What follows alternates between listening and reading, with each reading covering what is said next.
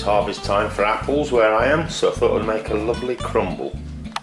You're going to need some apples, obviously, some butter, a dash of honey, some cinnamon, some caster sugar and some plain flour.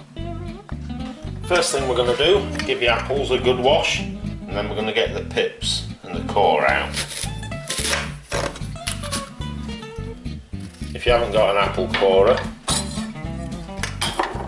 then just chop them in half and cut out the pips that way. And then we're going to get the peeler out. When you've peeled them, chop them up into bite-sized pieces, put them into a pan that's got a lid on, and then you're going in there with a teaspoon of your cinnamon. You won't need more than that, it's a very strong flavour, cinnamon. And a cup of hot water that you put a tablespoon of your honey into. You won't need more than that. Turn the heat on, cover them up, turn it down to a low heat, and you're just going to simmer and steam them away. You're not going to cook them all the way through, you're just going to partially cook them. They'll finish off in the oven.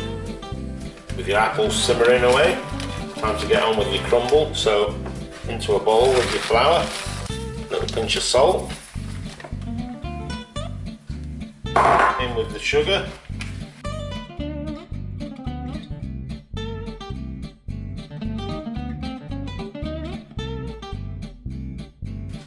so into your oven-proof dish with your apples that you've drained, as you can see, just to get any excess liquid off so they're not sitting in water.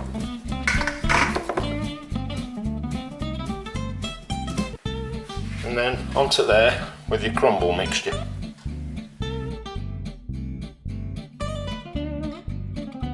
Just to finish it off, just go over with a fork. Then that wants to go in the oven at 160 for around half an hour, 30 minutes. When it comes out of the oven, it's got a nice crispy golden top. It's time to dish it out and get some custard or some fresh cream and get stuck in.